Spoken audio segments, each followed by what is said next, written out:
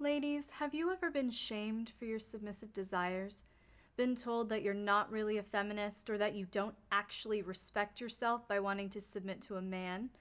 If so, keep watching because today I'm debunking 6 of the biggest lies about female submission.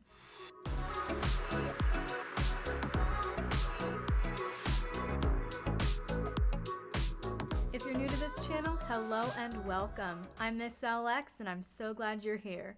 If you enjoyed this video, hit like and subscribe and turn on those notifications so you won't miss anything new. And if you find this content helpful, you can support the work that goes into this channel over at my Patreon, patreon.com/LXerotica. So the first shame point that many submissive ladies have shared with me is the accusation that they are anti-feminist, support the patriarchy, and are setting women back by being submissive. And unfortunately, this is often an attack from fellow women, triggered radical feminists who somehow believe we're making strides toward greater female liberation by shaming and attacking other women for their choices. Ladies, authentic feminism is showing love and respect to our fellow sisters by honoring their freedom to make mindful and empowering choices for their lives. If some women have naturally soft and sweet personalities and find deep fulfillment and joy by serving and submitting to their healthy and loving partners, that is just as pro-woman as a female CEO or a pro-dom with a strap-on. Another prevalent argument is that a submissive woman is repressed and her voice has been taken away from her. In reality, sexual and relational submission to a safe and healthy dominant partner is incredibly liberating and exciting for submissive-leaning women and fosters an intimate environment for deep expression and exploration.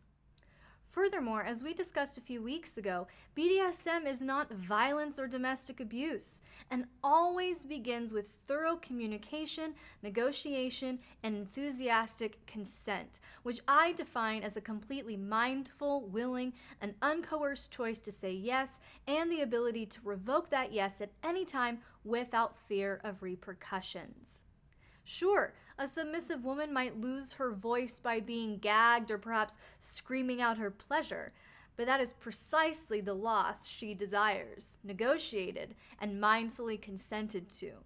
And she should be allowed to do so without being judged or shamed by anyone on the outside looking in.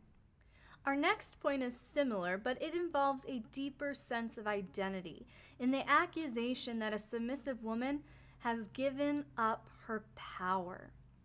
Now, the problem with this point lies in the non-negotiable presence of consent in every BDSM act, scene, or play. Now again, I define consent as a completely mindful, willing, and uncoerced choice to say yes and the ability to revoke that yes at any time without fear of repercussions. Now, if a submissive woman makes a mindful and willing choice, we can trust her judgment. If her choice has neither been manipulated nor coerced in any way, mentally, emotionally, financially, etc., we can trust her autonomy. If she can revoke that yes at any time, we can trust her boundaries. So, if we can trust a submissive woman's judgment, autonomy, and boundaries, who are we to say that she has no power? The ability to have wise judgment, maintain a sense of autonomy, and enforce healthy boundaries are 3 massive power sources.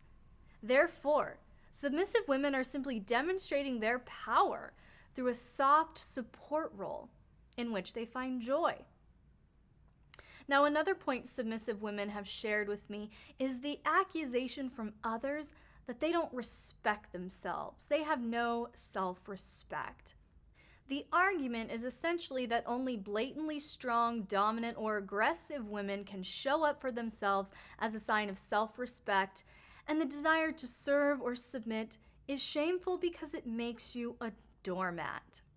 Now, the problem with this logic is that often the in-your-face, aggressive, loud, emotionally reactive, overbearing woman is awfully deeply traumatized and is simply reacting from a triggered state. And in this case, the dominant display is not a matter of self-respect or power, but unhealed wounds. True self-respect, true power, is defining your core values, making choices that reflect those values, and setting boundaries that honor and protect those values. A very harsh accusation I've also heard about submissive women is that they are just domestic and sexual slaves. Now, in BDSM, we do use the term slave, but in a very different context than vanilla accusations. In BDSM, the term slave always denotes full consent, can be used synonymously with submissive, and can even take on an endearing meaning. Essentially, when referring to submissive or slave within the lifestyle, we are always describing someone who deeply desires to be in that position with their trusted master and who feels deeply fulfilled in that position. They want to release all responsibilities and burdens to their master. They want to mindfully focus on the will of their master. They want to give over their body, mind, and emotions as an act of honor to their master. It's not a matter of literal serfdom. It's about a deeply passionate response to being loved so well by a skilled and caring master. And finally, I've also heard the argument that submissive women are codependent victims to abusive men.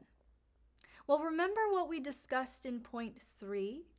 Based on the definition of true consent, if we can trust a submissive woman's judgment, autonomy, and boundaries, who are we to say that she has no power or is being codependent? Yes, I do believe there are submissives of both sexes who have conflated healthy submission with toxic codependency and should get some inner healing before they give their submission to a dominant. But the mere presence of submission does not mean a woman is acting from a place of brokenness or codependency. In fact, I like to phrase it this way: dominance should never create abuse, and submission should never enable abuse. If mindfulness, negotiation, and consent are all resolute standards of BDSM and by extension submission, it stands to reason that a proper submissive should have healthy levels of interdependence, be able to set and maintain healthy boundaries that support their core values, and walk away from any situation they feel unhealthy or violating. Codependent victims, however, are incapable of doing so. So ladies, did this give you some peace of mind? Help you feel more confident and validated as a submissive? I would love to know what you think, so drop a comment below. And again, make sure you're subscribed and have those notifications turned on so you won't miss anything new, and I'll see you again next week.